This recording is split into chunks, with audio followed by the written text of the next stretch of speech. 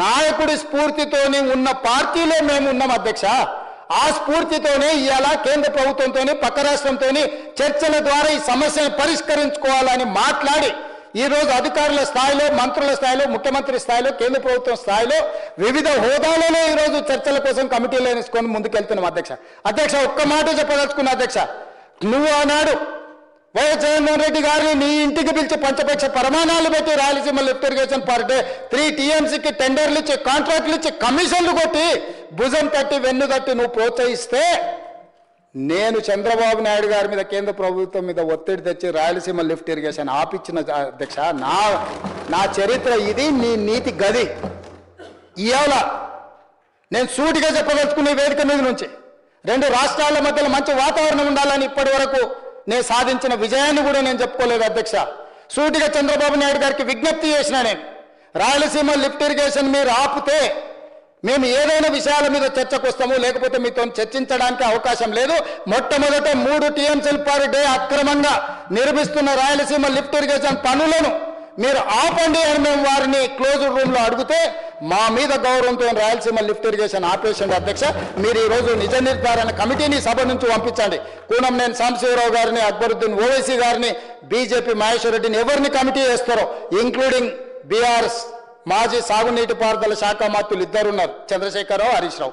వాళ్ళిద్దరు నాయకత్వాన్ని ఎవరినో ఒకరిని పెట్టి రాయలసీమ లిఫ్ట్ ఇరిగేషన్ పనులు ఆగినాయా లేదా, ఉత్తమ్ కుమార్ రెడ్డి గారు మంత్రి అయిన తర్వాత, కాంగ్రెస్ అధికారంలోకి వచ్చిన తర్వాత ఆగిన వాళ్ళ నిజ నిర్ధారణ కమిటీ పంపించండి అధ్యక్ష. మీరు ఆదేశాలు ఇవ్వండి అధ్యక్ష. ఈ సభ నుంచి మేము అక్కడ రాయలసీమ లిఫ్ట్ను 3 TMCలు పర్ డే దోపిడీని ఆపిచ్చి చర్చల పేరు మీద ఈరోజు పాలమూరు రంగారెడ్డి ఎత్తిపోతలకు అనుకూలంగా నిర్ణయాలు వచ్చి, ఉమ్మడి రాష్ట్రంలో మా ప్రాజెక్టులకు మీరు ఎలాంటి అభ్యంతరాలు పెట్టకండి, మా కడుపు కొట్టకండి అని వాళ్ళ మీద ఒత్తిడి తీసుకొచ్చి ఈరోజు ఒక కొలికి పట్టుకొచ్చినాం అధ్యక్ష. ఒకవేళ మీరు పాలమూరు రంగారెడ్డి ఎత్తిపోతలు శ్రీశైలంలో కట్టేది కొత్త ప్రాజెక్ట్ అని అభ్యంతరం పెడితే మేము తక్షణమే పాత ప్రాజెక్ట్ అయిన జూరాల నుంచి పర్ డే 2 TMCలకు 70 TMCలు జూరాల నుంచి వచ్చిన ఎంబడే పట్టుకొని జూరాల నుంచి చక్కగా పాలమూరు రంగారెడ్డి నల్గొండకు తరలిస్తాము. అప్పుడు ఎవరంటే వస్తారో చూస్తామని ఆంధ్రప్రదేశ్కు చెప్పిన చరిత్ర, నిటారుగా నిలబడి వాళ్ళకి చెప్పిన చరిత్ర మాది అధ్యక్ష. ఆయన నాయకత్వంలో పనిచేసిన నేను ఆ నాయకత్వాన్ని కాదు, ఆ పార్టీనే కాదని వదులుకొని తెలంగాణ ప్రజల కోసం కాంగ్రెస్ పార్టీలో చేరి తెలంగాణ ప్రజల్ని మెప్పించి, ఒప్పించి తెలంగాణ రాష్ట్రానికి ముఖ్యమంత్రి అయిన నేను తెలంగాణ 4 కోట్ల ప్రజలకు ద్రోహం చేస్తున్నా అధ్యక్ష. ఆనాడు వారి నాయకత్వంలో ఉన్నప్పుడు తెలంగాణ బిల్లు వస్తే ఇదే బట్టి విక్రమార్క గారు ఆ కుర్చీలో కూర్చున్నప్పుడు 54 నిమిషాలు చంద్రబాబు నాయుడు గారు ఎక్కడ కూర్చుంటా 3వ బెంచ్లో నించున్న నేను తెలంగాణ కోసం ఏం మాట్లాడినో సజీవ సాక్షి ఈ చట్టసభలలో రికార్డులను ఒకసారి తిరిగేయండి అధ్యక్ష. మొట్టమొదట నాకు తెలంగాణ నా ప్రాంతం, నా ప్రాంతం తర్వాత పార్టీ, పార్టీ తర్వాత నాయకుడు. నా ప్రాంతం కోసం నేను ఎదిగిన పార్టీని ఏ నాయకత్వం కింద పనిచేసినా వదులుకొని ఈరోజు తెలంగాణలో మళ్ళీ కింది నుంచి ఇక్కడికి వచ్చిన అధ్యక్ష. ఎవరైనా అన్నం తినేవాడు, ఎవరైనా తెలంగాణ చీము రక్తం ఉన్నవాడు తెలంగాణ ప్రజలకు ద్రోహం చేసి ఈ ప్రాంత తాగునీరుని, సాగునీరుని ఆంధ్రాకు తాకట్టు పెడతాడా అధ్యక్ష? నాలాకటి వాడు పెడతాడా అధ్యక్ష? 20 ఏళ్ళ నుంచి మీరు అందరూ నన్ను చూస్తున్నారు, మీరైతే 30 ఏళ్ళ నుంచి చూసిండ్రు. విషయం వచ్చినప్పుడు నేను మనుషుల పట్ల మర్యాదగా ఉంటా, వ్యక్తులను గౌరవిస్తా, సమాజంలో మర్యాదగా బ్రతకాలి అనుకుంటా. కానీ హక్కులకు భంగం కలిగితే ఎవరి మీదైనా తిరగబడతా అధ్యక్ష. ఈరోజు తెలంగాణ నీటి హక్కుల కోసం నిలబడి కొట్లాడి వ్యూహాత్మకంగా ఎత్తుగడలతో తెలంగాణకు నీళ్లు సాధించాలి, ప్రాజెక్టులు పూర్తి చేయాలి, ఈ తెలంగాణ సస్యశ్యామలం చేయాలి. పాలమూరు బిడ్డ నల్లబల్ల అడవుల నుంచి వచ్చి ఆ ప్రాంతానికి రేపు చచ్చిన రోజు, ఆ మట్టిలో కలిసే రోజు ఏమి సమాధానం చెప్పాలన్న ఆలోచనతోటి ఈరోజు పాలమూరు రంగారెడ్డి ఎత్తిపోతల ప్రాజెక్టును పూర్తి చేయడానికి నేను కంకణం కట్టుకొని బయలుదేరితే తాడు బొంగరం లేని ప్రతి వాడు ఈరోజు ఏదో ఒకటి మాట్లాడతాడు. సభ పెడతానంట బట్టలు ఊడదీస్తారంట. నువ్వు రాలేదు కాదు, నేను వస్తా ఊడదీసి చూతురా. మాట్లాడేటప్పుడు ఒళ్ళు దగ్గర పెట్టుకొని మాట్లాడమని చెప్పుండ్రు అధ్యక్ష. మీరు నాకు మాటలు రాక కాదు, మర్యాద, సంస్కారము, సభ్యత అడ్డం వచ్చి నేను మాట్లాడట్లేదు అధ్యక్ష. ఇవన్నీ మాట్లాడితే వస్తే లెక్క బరాబర్ చెప్పేటోని అధ్యక్ష. ఈరోజు ఈ వేదిక మీద నుంచి స్పష్టంగా తెలంగాణ ప్రజలు నా చిత్తశుద్ధి పట్ల నమ్మకం, విశ్వాసం ఉన్నది.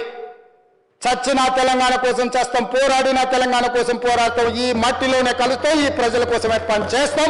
ఇది మా అందరి కమిట్మెంట్ అధ్యక్ష, నా ఒక్కరిది కాదు, వీళ్ళందరికీ నాయకుడిగా. మాకు ఏమైనా ఉండొచ్చు, భిన్న అభిప్రాయాలు ఉండొచ్చు మా అందరికీ. తెలంగాణ నీళ్ల విషయంలో, తెలంగాణ నిధుల విషయంలో, తెలంగాణ అభివృద్ధి విషయంలో మాకందరికీ ఏకాభిప్రాయం 100% నిక్కచ్చిగా నికార్సుగా ఈ తెలంగాణ కోసం నిలబడతాం, తలబడతాం తప్ప ఎవరికి తల వంచము. తెలంగాణ ప్రాజెక్టు నీటి హక్కులను కాపాడతాము. ఇవాళ ఉత్తమ్ కుమార్ రెడ్డి గారు ఏదైతే రాసిండ్రో 45 టీఎంసీలు మొదటి విడత, 45 టీఎంసీలు మలి విడత అనుమతులు రావాల్సిందే, లేకపోతే జూరాల నుంచి 70 టీఎంసీలు మేము తరలిస్తాం. ఇవాళ జూరాల నుంచి అక్కడికి మార్చడం వల్ల జూరాల మన ప్రాజెక్ట్, కర్ణాటక నుంచి వచ్చే కృష్ణా జలాలు, భీమా జలాలు మొదట జూరాలనే వస్తాయి. వచ్చినట్టే ఇటే తెచ్చుకుంటే ఎవరు వస్తారో చూస్తా.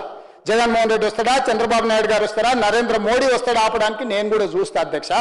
ఇవాళ శ్రీశైలంకు తరలించినందుకే అంతర్రాష్ట్ర ప్రాజెక్ట్ అవడం వల్ల ఈరోజు వాళ్ళు అభ్యంతరం పెట్టడం వల్ల జూరాలలో మనం పనులు చేసుకోలేని పరిస్థితి వచ్చింది అధ్యక్ష. అనుమతి ఇచ్చిండ్రా, సరే, అనుమతి ఇవ్వకపోతే జూరాల నుంచే నీళ్లు తెచ్చుకుంటాం, ఎవరో అడ్డుకుంటారో నేను చూస్తా అధ్యక్ష. తెలంగాణ పట్ల, తెలంగాణ రైతుల పట్ల మా చిత్తశుద్ధిని ఎవడైనా ప్రశ్నిస్తే ఆయన తోలు తీస్తా అన్నాడు కదా అధ్యక్ష, తోలు తీయడమే కాదు, నాలుక కోస్తాం అధ్యక్ష. ఇంకేదైనా మాట్లాడు, ఇంకేదైనా విమర్శించు, మా చిత్తశుద్ధి, మా నిజాయితీ, మా నిబద్ధత పట్ల అడ్డగోలుగా మాట్లాడితే తోలు తీస్తా అన్న వాళ్ళ నాలుక కోస్తా అధ్యక్ష. ఈ పదాలు అన్పార్లమెంటరీ అయితే మీరు రికార్డుల నుంచి తొలగిస్తుండొచ్చు, కానీ ప్రజల మధ్యలో శాశ్వతంగా రిజిస్టర్ చేయడానికి నేను అధికారికంగా ఈ మాట మాట్లాడుతున్నా అధ్యక్ష. మనం ఎన్నైనా, అక్బరుద్దీన్ ఓవైసీ గారు ఒక మాట చెప్పారు, अरे भाई कितना भी लड़ो, कुछ भी करो, मैं राज्य के लिए नुकसान नहीं पहुंचाना, हम लोग एक कट्टा हो जाना, हम अलग अलग पार्टी का होगा, अलग अलग एजेंडा होगा, अलग अलग एजेंडा होगा, मगर हम लोग जब तेलंगाना जनता के लिए, आवाम के लिए जब काम करते, हम सब लोग इकट्ठा होकर लड़ना, बोल के जो अकबरुद्दीन ओवैसी जी ने कहा, इतना विजडम उनको क्यों नहीं है?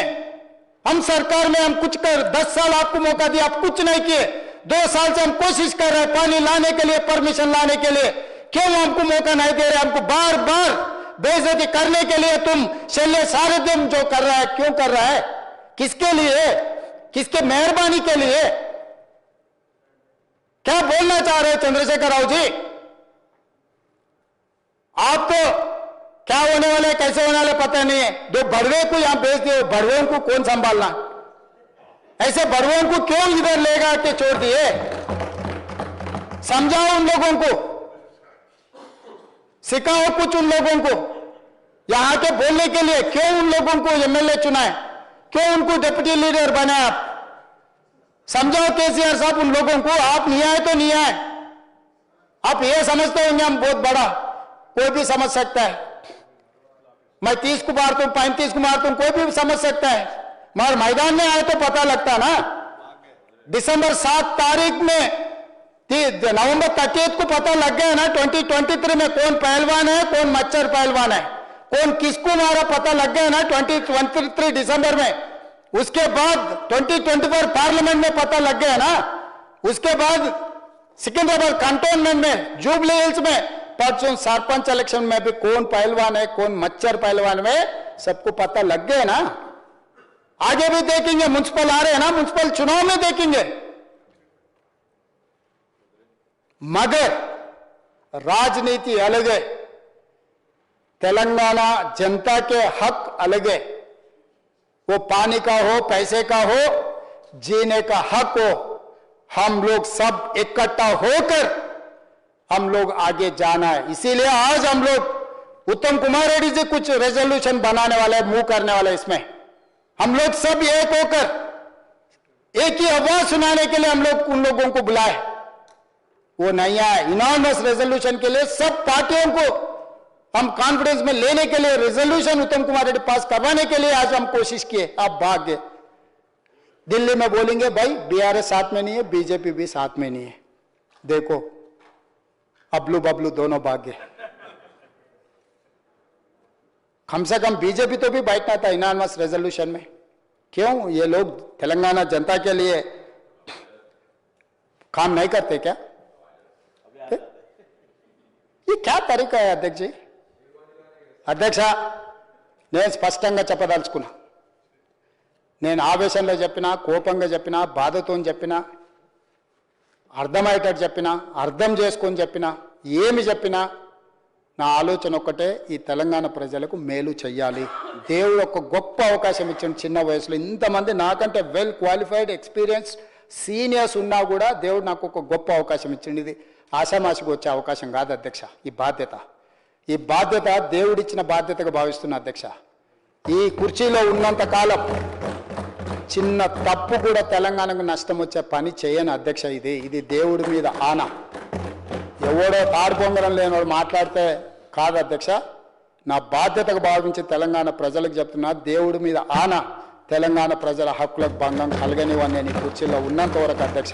ధన్యవాదాలు.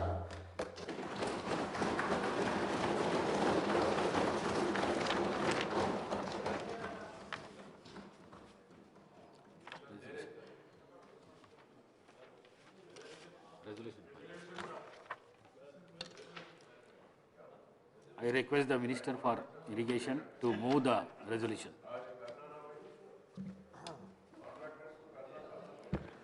Speaker, sir, with your kind permission, I move the following resolution. 1 minute.